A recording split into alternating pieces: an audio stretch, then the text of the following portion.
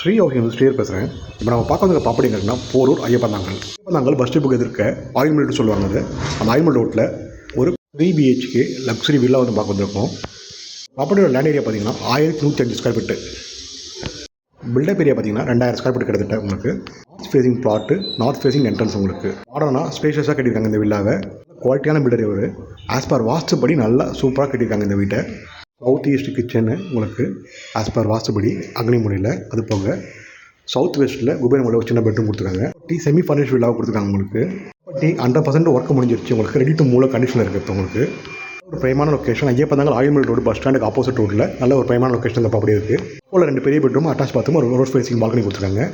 ஃபுல்லாகவே would work cover பண்ணியிருக்காங்க. உங்களுக்கு ஓனர் கோட் பண்ணுற ப்ரைஸ் பார்த்தீங்கன்னா 1,85,00,000. உங்களுக்கு ஸ்லைட்லி நெகோஷியபிள்.